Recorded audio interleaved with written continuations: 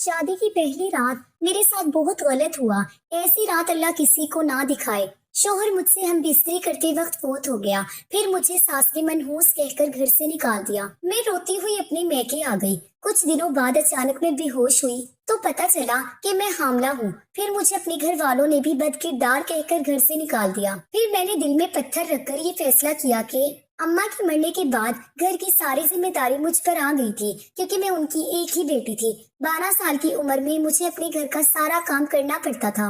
अपने बूढ़े बाप की खिदमत कर करके मैं थक चुकी थी। मेरा बाप एक बूढ़ा आदमी था, जबकि मेरी माँ जवान और खूबसूरत थी।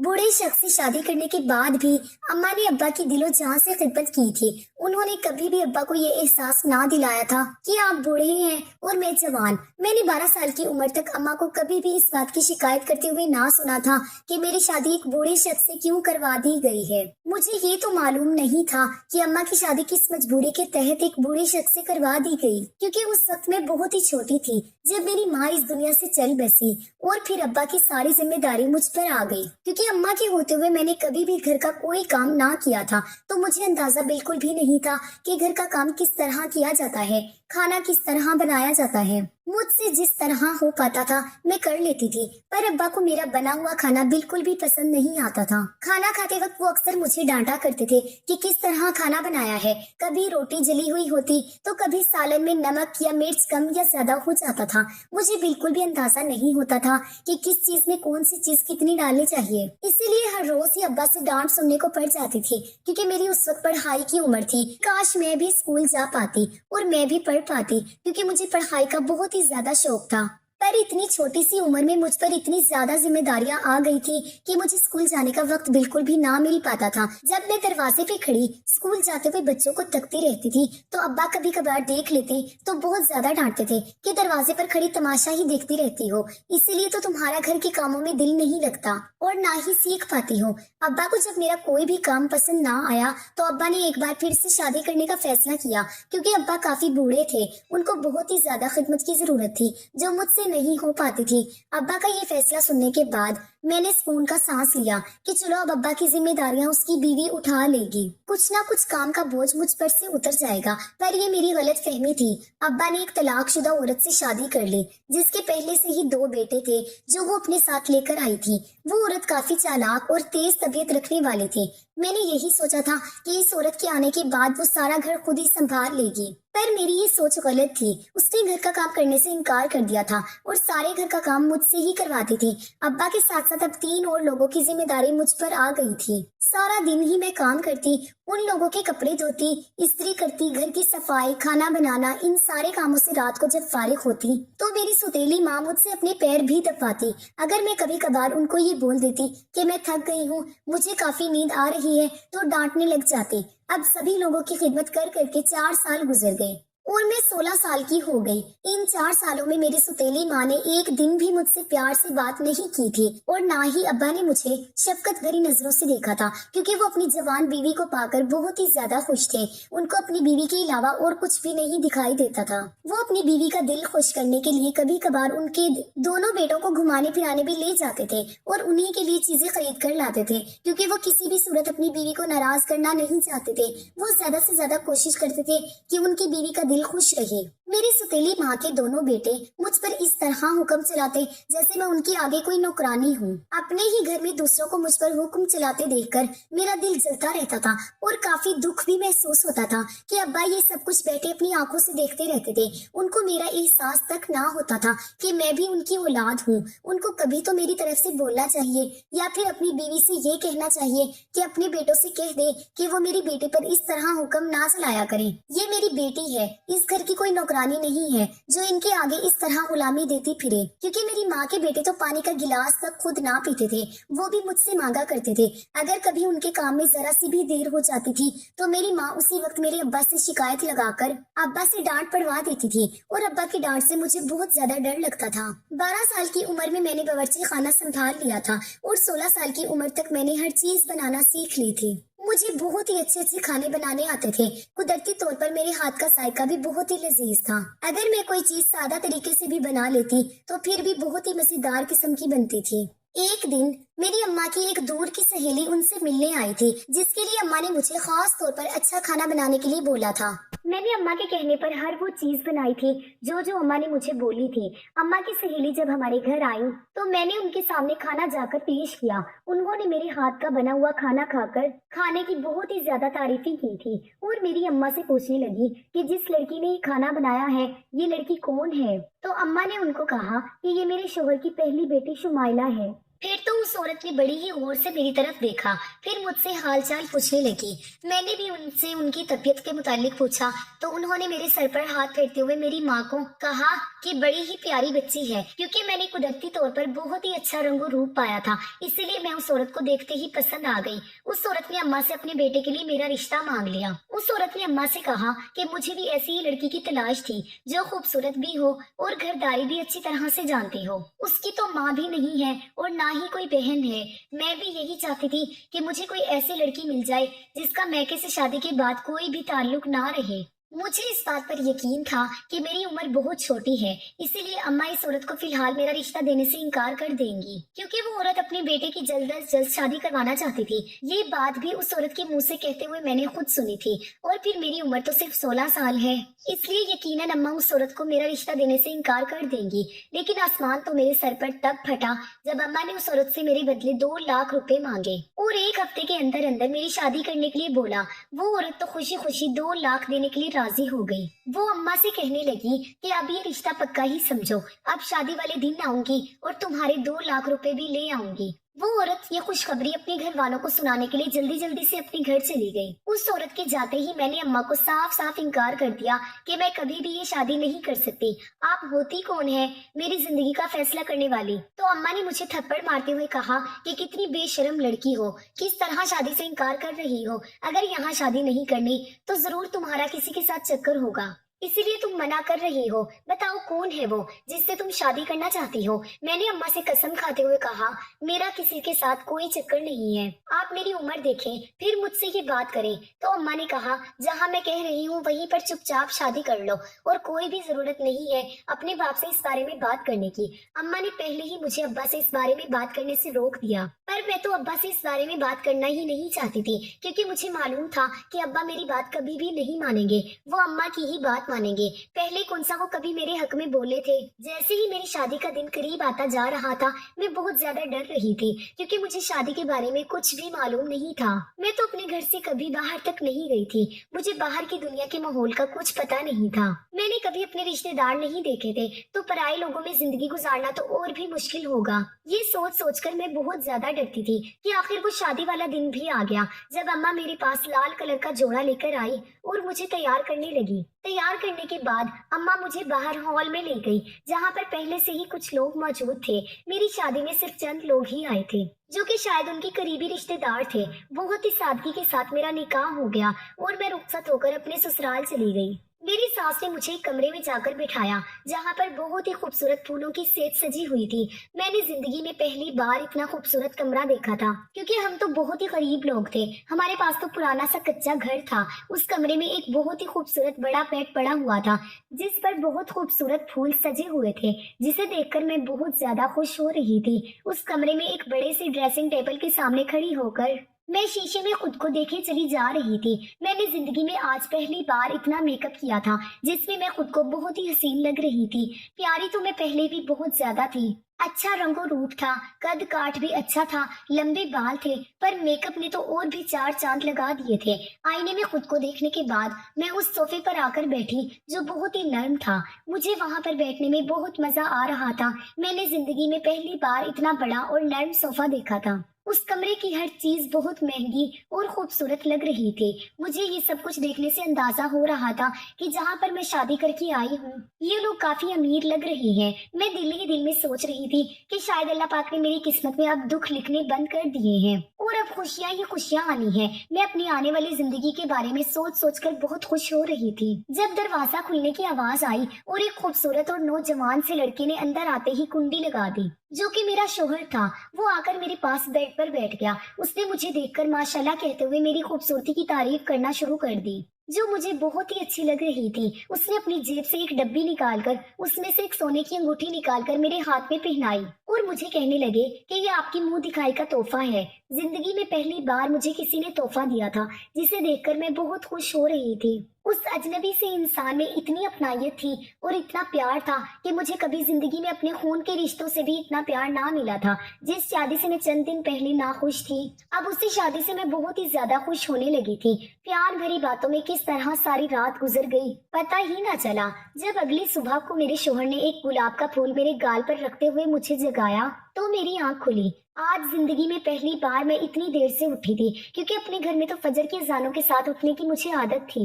मैंने जब अपने शोहर से माजरत की कि मैं आज पता नहीं कैसे इतनी देर तक सोई हुई हूँ, तो मेरे शोहर ने मुझे कहा कि मेरा तो अब भी आपको जगाने का दिल नहीं कर रहा था, क्योंकि आप बहुत ही प्यारी नींद में सोई हुई थी।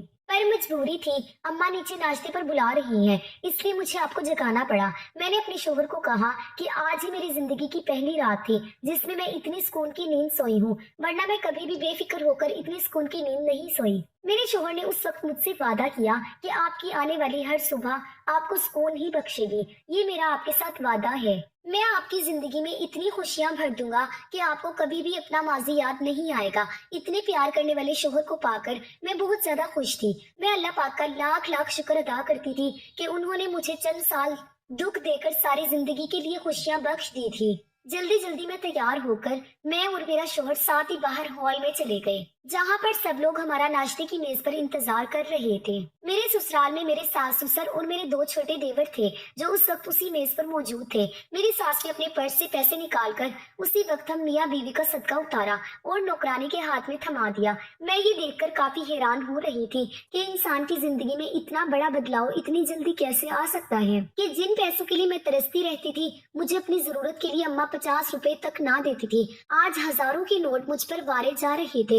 ये जरूर मेरी किसी नेकी का सिला था जो मुझे इस रिश्ते के रूप में मिला था। हम सब घर वालों ने मिलकर जब नाश्ता किया तो मेरी सास ने मुझे मीठा बनाने के लिए बोला। उन्होंने कहा कि हमारे खानदान की ये रस्म है, हम आने वाली नई बहू के हाथ से मीठा बनवाते हैं। मैंने सभी लोगों के लिए खीर बनाई। खाने में तो क्योंकि मैं हर चीज ही बहुत अच्छी बनाती थी, तो उस दिन मैंने खीर बनाते हुए खास ख्याल रखा कि अच्छी से अच्छी खीर बना लूं ताकि सभी लोगों को पसंद आ जाए। मैंने दिल से मेहनत की तो खीर भी माशाल्लाह से बहुत ही अच्छी बन गई, जो सबको बहुत ज्यादा पसंद आई। खीर खाने के बाद मेरे ससुर जी ने मुझे 20,000 रुपए इनाम के तौर पर दिए और कहा कि बहू आइंदा भी मेरे लिए इसी तरह की मजेदार सी खीर बनाती रहना। मुझे उस वक्त बहुत ज्यादा खुशी हो रही थी कि सब लोगों को मेरे हाथ की बनी हुई खीर पसंद आ गई। मैं बहुत खुश थी। मुझे तो अपनी किस्मत पर यकीन नहीं आ रहा था कि मेरी किस्मत भी इतनी अच्छी हो सकती है। मैं भी इतनी खुशकिस्मत हो सकती हूँ कि मुझे इतनी अच्छी सास मिली है। मेरी सास ने मेरे शोहर को मुझे हनीमून पर ले जाने को कहा तो मेरा शोहर मुझसे पूछने लगा कि बेगम कहाँ चलना है, हुक्म करो, जहाँ तुम बोलोगी वहीं पर तुम्हें ले जाऊंगा। मैं तो कभी अपने मोहल्ले से भी बाहर नहीं गई थी, तो मुझे तो शहरों के नाम तक नहीं आते थे कि पाकिस्तान के कौन कौन से शहर हैं। तो मुझे तो किसी जगह के बारे में पता ही ना था। मैं अपने शोहर को अब क्या कहूँ कि मुझे कहाँ जाना है। मैंने बस उनसे इतना ही बोल दिया कि जहाँ आपका दिल करे वहीं ले जाएं। तो उन्होंने मुझे दुबई ले जाने का फैसला किया। कुछ ही दिनों के बाद मेरे शोहर ने दुबई के 2 टिकट लाकर मेरे हाथ में थमा दिए और कहा कि जल्दी से अब पैकिंग करो, कल की फ्लाइट है। मैंने अपनी जरूरत का कुछ सामान पैक किया और हम दोनों दुबई के लिए रवाना हो गए। मैंने जिंदगी में पहली बार इतनी खूबसूरत दुनिया देखी थी। मेरे शोहर ने मुझे बहुत ही अच्छी अच्छी जगहों पर सैर करवाई। हमने अच्छी अच्छी होटलों में खाना खाया। उस दिन मुझे पता चला कि जिंदगी का मजा तो अल्लाह पाक की बनाई हुई खूबसूरत दुनिया को देखने में है। मैंने तो अपने पुराने से घर के अलावा कुछ देखा ही नहीं था। मेरे शोहर ने मुझे दुबई के बड़े बड़े शॉपिंग मॉल्स में ले जाकर कहा कि तुम्हारा जो दिल करे तुम अपने लिए यहाँ से खरीद लो। मैंने सबसे पहले अपने घर वालों के लिए ही खरीदारी की, क्योंकि मैं उनके दिल में अपने लिए जगह बनाना चाहती थी। उन लोगों से मुझे इतना प्यार मिल रहा था तो मुझे हर अच्छी चीज देखने ही अपने सास ससुर याद आ जाते थे कि ये चीज उन्हीं के लिए खरीदनी चाहिए। मैंने अपने लिए तो बहुत ही कम चीजें खरीदी थी। तकरीबन 8 दिन दुबई में गुजारने के बाद हम घर वापस आ गए। घर आने के बाद मैंने सास ससुर के लिए खरीदे हुए तोहफे उनको दिए तो वो लोग बहुत ही खुश होने लगे। दुबई से वापस आने के बाद सास ने पूरे घर की जिम्मेदारी अब मुझ पर डाल दी थी, जो मैंने खुशी खुशी कबूल कर ली थी। मुझे तो घर का काम पहले से ही मुश्किल ना लगता था, क्योंकि मुझे बचपन से ही आदत थी घर का काम करने की। तो मेरे लिए तो ये एक बहुत ही मामूली सी बात थी। मैं खाना बनाने के बाद सारे घर की सफाई भी खुद ही कर लेती थी। हमारे घर में मुलाजमा तो मौजूद थी, पर मुझे इतने खूबसूरत घर की सफाई करना बहुत अच्छा लगता था। मैं तो अपने कच्चे से घर को भी साफ सुथरा रखती थी, पर अब तो ये एक महल से कम ना था, तो मैं इसको भला कैसे साफ ना करती। मेरी सास मुझसे अक्सर बोला करती थी कि सफाई सुथराई के लिए मैंने मुलाजमा रखी हुई है, बस तुम खाना बना लिया करो। पर मुझे घर की सफाई खुद करना बहुत ही अच्छा लगता था, इसीलिए कभी कभार कर लेती थी। मेरी सुतेली माँ भी मेरी शादी से 4 साल पहले ही आई थी। मुझे लोगों में रहने की आदत बहुत कम थी। मैं अकेली जिंदगी गुजारकर अकेलेपन की आदी हो चुकी थी, इसीलिए मुझे किसी से भी बात करने की आदत ना थी। इसीलिए मैं खुद को घर के काम में मसरूफ रखती थी, ताकि मुझे किसी से बात ना करनी पड़े। मेरे शोहर को तो मुझसे शिकायत थी, पर मेरी सास मुझसे बहुत ही ज्यादा खुश थी, क्योंकि उनको मेरा इस तरह से घर संभालना बहुत ही अच्छा लगता था। एक दिन मैं अपने शोहर के साथ अपने कमरे में बैठी बातें कर रही थी कि अचानक मेरी सास के चिल्लाने की आवाज आई, जो अपने बेटे यानी कि मेरे शोहर शाहजेब को बुला रही थी। इस तरह उनकी ऊंची आवाज सुनते ही हम लोग काफी घबरा गए और दौड़ते हुए उनके पास गए, तो हमारे तो देखते ही पैरों तले से जमीन निकल गई, क्योंकि वहां पर मेरे ससुर नीचे जमीन पर गिरे पड़े थे और मेरी सास उनके साथ बैठी जोर जोर से रो रही थी। मेरे शोहर ने अपने बाबा को उसी वक्त उठाया और गाड़ी में डालकर जल्दी जल्दी में अस्पताल ले गए। अस्पताल ले जाने के बाद पता चला कि मेरे ससुर को फालिज का अटैक हुआ है। ये खबर सुनते ही मेरी सास और ज्यादा रोने लगी। मैंने अपनी सास को दिलासा देते हुए चुप करवाने की काफी कोशिश की थी, पर उनके लिए तो अभी ये खबर काफी बुरी थी, इसीलिए फिलहाल तो चुप होने का नाम ही नहीं ले रही थी। कुछ दिन अस्पताल में गुजारने के बाद मेरे शोहर अपने बाबा को घर ले आए, जिसके बाद घर के सारे लोग ही उनका बहुत अच्छे से ख्याल रखने लगे थे। मेरी सास अपना सारा वक्त उन्हीं को देती, उनके खाने पीने का ख्याल रखती, उनकी दवाइयाँ उन्हें खुद अपने हाथों से खिलाती, जबकि मेरी भी पूरी पूरी कोशिश थी कि मैं अपने सास ससुर की अब खूब खिदमत करूं, क्योंकि उन्हें भी मेरी खिदमत की बहुत ज्यादा जरूरत थी। मेरे ससुर की इयादत के लिए उनके काफी रिश्तेदार आए थे, जिनको अभी मेरी शादी के बारे में भी पता नहीं था। एक दिन आए हुए मेहमानों के लिए चाय लेकर जब मैं सास ससुर के कमरे में गई, तो वहां पर एक बहुत ही बूढ़ी औरत बैठी थी, जो मेरी सास को कह रही थी कि तुमने हमें तो शादी के बारे में ना बताया, क्योंकि तुम हमें अपना दुश्मन समझती हो, पर अब जिसे तुम ब्याह कर अपने घर में ले आई हो वो भी तो तुम्हारे लिए मनहूस ही साबित हुई है।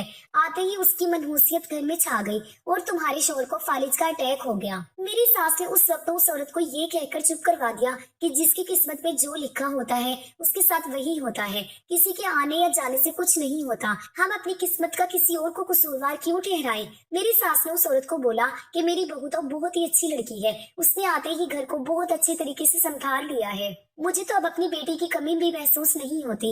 ये बहू नहीं मेरी बेटी है, मैं इसके लिए एक लफ्ज भी सुनना पसंद नहीं करूंगी। मुझे उस वक्त अपनी सास के रूप में माँ ही नजर आ रही थी, क्योंकि मैंने अपनी पूरी जिंदगी में ऐसी सास नहीं देखी थी जो अपनी बहू की इस तरह तारीफें करे और उसकी तरफ से बोले। मुझे तो ऐसा लगता था कि ये सास नहीं बल्कि मेरी माँ है। उस दिन के बाद तो मुझे अपनी सास और भी ज्यादा प्यारी लगने लगी थी। मेरी सास अपने शोहर की सारा दिन खिदमत करती रहती थी, तो मैं रात को जाकर अपनी सास के पैर दबाती। काफी देर गुजर जाने के बाद मेरी सास ने मुझे कहा कि तुम भी जाकर अब सो जाओ। मैंने अपनी सास को बोला कि मैंने तो अपनी माँ की कभी खिदमत ना की थी, माँ के पैरों में तो जन्नत होती है ना, आपके पैरों में अब मुझे वो जन्नत नजर आती है। मुझे अपनी जन्नत से दूर ना कीजिए, मुझे आप अपनी खिदमत करने दीजिए। मेरी सास मेरे सर पर हाथ फेरते हुए मुझे बहुत सारी दुआएं देती थी। कुछ दिन गुजर जाने के बाद जब मेरे ससुर की तबीयत कुछ संभली तो लोगों की जान में जान आई। अब मेरे ससुर थोड़ा बहुत बोल लेते थे, कभी कभार व्हील चेयर पर बिठाकर कमरे से बाहर ले आता था, जिसकी वजह से मेरे ससुर की तबीयत में और भी बेहतरी आ जाती थी और वो खुशी महसूस करने लगते थे। मेरे ससुर की बीमारी के बाद सारे कारोबार का जिम्मा मेरे शोहर पर आ गया था, तो वो काफी मसरूफ रहने लगे थे। वो अक्सर मुझसे कहा करते थे कि बाबा ने कभी भी मुझ पर कोई जिम्मेदारी ना डाली थी, वो हर चीज खुद ही संभाला करते थे। उन्होंने हमें बहुत ही प्यार और लाड से पाला है, हमें तो किसी चीज के बारे में पता तक ना होता था। अब जब बाबा के सारे कारोबार की जिम्मेदारी मुझ पर आ गई है तो मुझे तो किसी चीज के बारे में मालूम भी नहीं है, इसलिए मुझे बहुत फिक्र रहती है कि बाबा का इतना बड़ा कारोबार मैं अकेले कैसे संभालूंगा। मुझे काफी परेशानी होने लगी, क्योंकि मेरे शोहर की आदत थी वो सुबह को जल्दी ही उठ जाते थे। मैं नाश्ता बनाकर फारिग होकर कमरे में आई तो मेरे शोहर अभी तक सो रहे थे। मैं उनको उठाने के लिए उनके करीब गई और उनको आवाज दी तो उन्होंने मुझे जवाब ना दिया। मैंने उन्हें हिलाकर जब बुलाया तो उन्होंने फिर भी मुझे जवाब ना दिया। तो मुझे काफी परेशानी हुई। मैं दौड़ती हुई अपनी सास के पास चली गई कि शाहजेब को पता नहीं क्या हो गया है, वो नींद से नहीं उठ रही है। मेरी सास के तो जैसे सर पर आसमान ही टूट पड़ा। वो नंगे पैर मेरे साथ दौड़ती हुई कमरे में आई। उन्होंने शाहजेब को काफी आवाजें दी, उनके ऊपर पानी के छींटे मारे, पर शाहजेब होश में नहीं आए। वो अपने छोटे बेटे से कहकर शाहजेब को अस्पताल ले गई और मैं भी उन्हीं के साथ अस्पताल चली गई। शाहजेब का चेकअप करते हुए डॉक्टर ने हमें जो खबर सुनाई, हमारे तो पैरों तले से जमीन निकल गई। डॉक्टर ने हमें बताया कि शाहजेब को ब्लड कैंसर है। मेरी सास बेचारी अपने बेटे की इतनी बड़ी बीमारी के बारे में सुनकर बहुत ही रो रही थी और मुझे तो जैसे यकीन ही नहीं आ रहा था। अभी अभी तो खुशियों ने कदम रखा था और इतनी जल्दी ही मुझसे वो इतनी सारी खुशियां छीनने जा रही थी। मुझे बिल्कुल यकीन नहीं आ रहा था। मेरी आंखों से सिर्फ आंसू बहते जा रहे थे।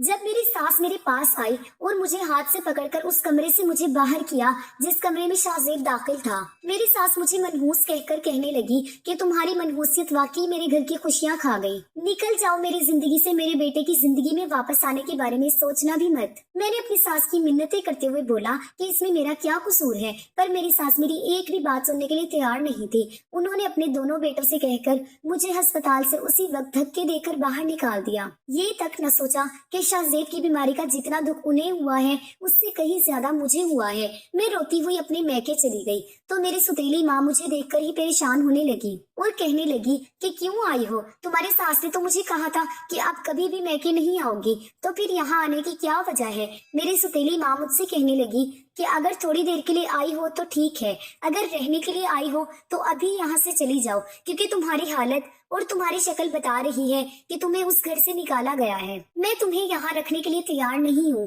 क्योंकि तुम्हारे बाप की दवाइयों पर भी बहुत खर्चा हो चुका है। तुम्हारा पेट पालने के लिए मेरे पास पैसे नहीं है। मैंने तो अभी अपनी दुख भरी दास्तान अपनी माँ को सुनाई ही ना थी। उन्होंने पहले ही मुझे रखने से इनकार कर दिया। मेरे सुतेले दोनों भाइयों ने धक्के देकर मुझे उसी वक्त घर से बाहर निकाला और मैं रोड पर जा गिरी। अपने मैके के दरवाजे पर रोती रोती सारी रात गुजर गई, पर अम्मा ने ना खोला। भूखी प्यासी सारी रात गुजार कर मैं सुबह की अजान के वक्त उस दरवाजे से उठी। मेरे जिस्म में बिल्कुल भी ताकत ना बची थी कि मुझसे चला जाए, क्योंकि एक तो मेरे शोहर की बीमारी का सदमा था, दूसरा घर से निकाल देने का दुख। मुझे यकीन था कि मेरा शोहर मुझे जरूर वापस बुलाएगा, क्योंकि वो मुझसे बहुत ज्यादा मोहब्बत करता था। मैं फिर से ससुराल जाने लगी। चलते चलते रास्ते में अचानक मेरा सर चकराने लगा और मैं बेहोश होकर गिर गई। मेरी आंख खुली तो मैं एक अस्पताल में मौजूद थी और एक औरत मेरे साथ खड़ी थी। मैंने उस औरत से सवाल किया कि मैं कहाँ हूँ और मुझे क्या हुआ है, तो उस औरत ने मुस्कुराते हुए मुझे जवाब दिया कि मुबारक हो, आप माँ बनने वाली हैं। आप एक सड़क पर बेहोश पड़ी हुई थी, मुझे मिली थी तो मैं आपको अस्पताल ले आई, जहाँ मुझे पता चला कि आप माँ बनने वाली हैं। उस औरत ने मुझे कहा कि आप कौन हो, कहाँ रहती हो, मैं आपको आपके घर तक छोड़ आती हूँ। तो ये बात सुनते ही मेरे आंसू बहने लगे। मैंने उसको कहा कि मेरा तो कोई भी घर नहीं है, किस घर का पता आपको दूं? मेरे शोहर के घर से मुझे मनहूस कहकर निकाल दिया गया है और मेरे माँ बाप के घर से भी मुझे ये कहकर निकाला गया कि मेरा बोझ मजीद वो नहीं उठा सकते। वो औरत बहुत नेक और रहम दिल थी। वो मुझे अपने साथ अपने घर ले गई। उस औरत के घर में मेरा बहुत अच्छे तरीके से ख्याल रखा जा रहा था, इस वजह से कि मैं हामला थी। उस औरत को जब मैंने सारी कहानी सुनाई तो उसे भी बहुत अफसोस होने लगा। मेरे साथ बहुत ही गलत हुआ है। उस औरत ने अपने बारे में मुझे बताया कि उसके शौहर का एक रोड हादसे में इंतकाल हो गया है। ये खबर सुनने के बाद मुझे बहुत ही दुख हो रहा था, क्योंकि वो औरत नौजवान थी। उस औरत ने मुझे कहा कि मैं इस घर में अकेली ही रहती हूँ, तुम जब तक चाहो मेरे साथ रह सकती हो। पर मैंने उस औरत का शुक्रिया अदा करते हुए कहा कि नहीं, मुझे अपने शौहर के घर जाना है। भले मेरी सास ने उस वक्त गुस्से में मुझे घर से निकाल दिया, पर मैं अपनी तरफ से पूरी कोशिश करूंगी अपना घर बचाने की। मुझे यकीन है कि जब मेरा शोहर मुझे देखेगा तो वो मेरी सास को मुझे घर से निकालने से रोकेगा, क्योंकि मेरा शोहर मुझसे बहुत मोहब्बत करता है। वो औरत अपने साथ अपनी गाड़ी में मुझे मेरे ससुराल ले गई। मेरे तो पैरों तले से जमीन निकल गई ये देखकर कि जब हम वहाँ पहुँचे और ये देखा कि उनके घर को ताला लगा हुआ था और वहाँ मोहल्ले वालों से पता चला कि ये लोग शाहजेब का इलाज करवाने के लिए अब बैरून मुल्क चले गए हैं और कभी भी वापस नहीं आएंगे। मैं अपनी किस्मत पर बहुत ही ज्यादा रो रही थी, तो उस नेक औरत ने मुझे हौसला देते हुए कहा कि शायद ये रिश्ता तुम्हारी किस्मत में आगे नहीं लिखा था, तो तुम सब्र के अलावा अब और कुछ नहीं कर सकती। उस औरत ने पूरे 9 महीने मेरा बहुत ही अच्छे से ख्याल रखा, जिसका मैं कभी जिंदगी भर एहसान नहीं उतार सकती। जब मेरा बच्चा पैदा हुआ तो मुझे बहुत खुशी होने लगी कि अब मेरा बेटा इस दुनिया में आ गया گیا ہے، مجھے اب کسی کے سہارے کی ضرورت نہیں ہے۔ میں نے اب یہ ارادہ کر لیا تھا کہ زندگی میں اب کبھی بھی نہ شوہر کے گھر جاؤں گی اور نہ ہی باپ کے گھر میں۔ اپنے بیٹے کو پڑھا لکھا کر ایک اچھا مقام حاصل کرواؤں گی۔ اس عورت نے میرا بیٹا گود میں اٹھاتے ہوئے کہا کہ اب یہی میرا واحد سہارا ہے، اب میں کبھی بھی شادی نہیں کروں گی، ہم دونوں مل کر اس بچے کو پالیں گے، ہم دونوں ہی اس کی مائیں ہیں۔ شائستہ کے احسان ہم پر دن بدن بڑھتے ہی جا رہے تھے۔ زندگی کے 10 سال گزر گئے تھے۔ شائستہ کیونکہ ایک پرائیویٹ اسکول میں ٹیچنگ کرتی تھی تو اس نے آیان کو اپنے ہی اسکول میں داخلہ دلوایا تھا۔ وہ ایک بہت ہی مہنگا اسکول تھا، میں تو کبھی اسکول کی فیس ادا نہ کر پاتی اگر شائستہ نہ ہوتی۔ شائستہ اب میرے بیٹے کی ٹیچر بھی بن گئی تھی۔ ایک دن میں مصلے پر بیٹھے دعا مانگ رہی تھی تو شائستہ میرے پاس آ کر نیچے زمین پر ہی بیٹھ گئی اور مجھے کہنے لگی کہ دعا میں کیا مانگ رہی ہو؟ میں نے کہا تمہاری۔ تو وہ مجھے کہنے لگی کہ تمہاری دعا قبول ہو گئی ہے۔ میں نے مسکرا کر اس کی طرف دیکھا اور اس سے پوچھا کہ کیا مطلب؟ تو وہ کہنے لگی کہ مجھے ایک بہت اچھا لڑکا مل گیا ہے جو مجھ سے شادی کرنا چاہتا ہے، اس نے مجھے پرپوز کیا ہے اور مجھے یقین ہے کہ یہ سب تمہاری دعاؤں کا اثر ہے۔ شائستہ نے مجھے بتایا کہ جس لڑکے نے اسے شادی کا پرپوزل بھیجا ہے وہ بہت امیر ہے اور امیر ہونے کے ساتھ ساتھ شریف بھی ہے۔ پر شائستہ نے مجھے یہ بھی بتایا کہ وہ لڑکا پہلے بھی شادی شدہ تھا اور اس کی بیوی اب اس کے ساتھ نہیں رہتی۔ میں نے شائستہ سے کہا کہ یہ تو کوئی مسئلہ نہیں ہے، تم بھی تو پہلے شادی شدہ تھی، اس بات سے اگر اس کو اعتراض نہیں ہے تو تمہیں بھی اس کے شادی شدہ ہونے سے اعتراض نہیں ہونا چاہیے۔ مسئلہ تو تب ہو جب اس کی بیوی اس کے ساتھ رہتی ہو۔ شائستہ نے اس لڑکے سے مل کر شادی کی تاریخ پکی کر دی تھی اور اگلے ہفتے شادی تھی۔ مجھے شائستہ کی شادی کی بہت زیادہ خوشی تھی۔ شائستہ نے تو اپنے احسانوں سے اس وقت مجھے خرید ہی لیا جب شادی سے ایک دن پہلے اپنا گھر میرے بیٹے کے نام لکھ دیا۔ اگلا دن شادی کا تھا جب وہ تیار ہو کر دلہن بنی۔ شادی ہال میں گاڑی سے اتر رہی تھی تو بہت ہی خوبصورت لگ رہی تھی، ایسے لگ رہا تھا کوئی پری آسمان سے اتری ہے، کیونکہ وہ پہلے ہی بہت خوبصورت تھی، اب تو اور بھی زیادہ لگ رہی تھی۔ اس کو لے جا کر میں نے اسٹیج پر صوفے پر بٹھا دیا۔ تھوڑی ہی دیر میں شائستہ کا دلہا بھی آ گیا۔ مولوی صاحب کا انتظار کرنے کے بعد جب مولوی صاحب پہنچ گئے تو نکاح کا وقت ہو گیا۔ شائستہ نے مجھے اسٹیج پر بلایا تاکہ نکاح کے وقت میں اس کے ساتھ ہی رہوں۔ میں جیسے ہی اسٹیج پر پہنچی تو شائستہ کے دلہے کو دیکھ کر میری جان ہی نکل گئی، کیونکہ وہ تو میرا شوہر شاہزیب تھا۔ شاہزیب مجھے دیکھ کر اپنے صوفے سے اٹھ کھڑا ہو گیا اور میری طرف دیکھنے لگا۔ ہم دونوں کو اس طرح حیران ہوتا دیکھ کر شائستہ نے شاہزیب سے سوال کیا کہ تم دونوں ایک دوسرے کو جانتے ہو؟ تو میں نے فوراً ہی جواب دیتے ہوئے شائستہ سے کہا کہ نہیں، ہم ایک دوسرے کو نہیں جانتے، اور میں نے اسی وقت مولوی صاحب کو نکاح کا بولا۔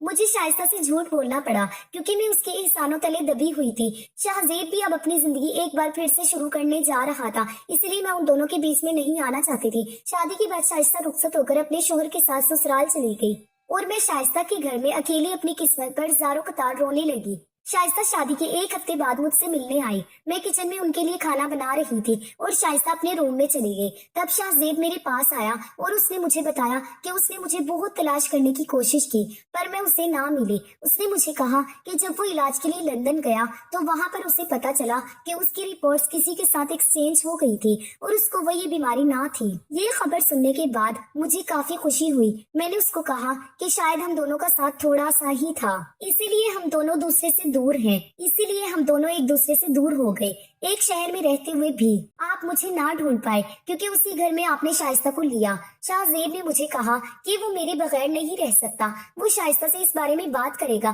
کہ ہم سب مل کر ساتھ رہیں گے، پر میں نے ان کو انکار کر دیا کیونکہ شائستہ کے مجھ پر اتنے زیادہ احسانات تھے کہ میں اس کو ذرا سا بھی دکھ نہیں دینا چاہتی تھی۔ شاہزیب نے آیان کے بارے میں پوچھا تو میں نے ان کو بتا دیا کہ آیان انہی کا بیٹا ہے، تو انہیں بہت خوشی ہونے لگی اور ان کی آنکھوں سے آنسو بہنے لگے۔ شاہزیب نے مجھے کہا کہ بھلے تم میرے ساتھ رہنا پسند نہ کرو پر میں اپنے بیٹے کی پوری ذمہ داری خود ہی اٹھاؤں گا۔ میں نے ان کو کہا کہ شائستہ نے ماں بن کر آیان کو پالا ہے، اس نے اپنا یہ گھر بھی آیان کے نام لکھ دیا ہے، آپ جب چاہو یہاں آ سکتے ہو یا آیان کو اپنے گھر بلا سکتے ہو۔ اس بات سے شائستہ کو کوئی بھی اعتراض نہیں ہوگا کیونکہ آیان شائستہ کو اپنی اولاد کی طرح ہی پیارا ہے، پر آپ یہ بات کبھی بھی شائستہ کو معلوم نہ ہونے دینا کہ آیان آپ کا اور میرا بیٹا ہے۔ میں نے شاہزیب کو کہا کہ شائستہ کا بہت خیال رکھنا، اس سے پہلے اس نے ایک شوہر کھویا ہے، اب اگر وہ آپ کو کھو دے گی تو شاید زندہ نہ بچ پائے۔ شاہزیب نے مجھے کہا کہ تم پریشان مت ہو، میں کبھی بھی شائستہ کو کوئی دکھ نہیں دوں گا، ہمیشہ اس کو خوش رکھنے کی کوشش کروں گا۔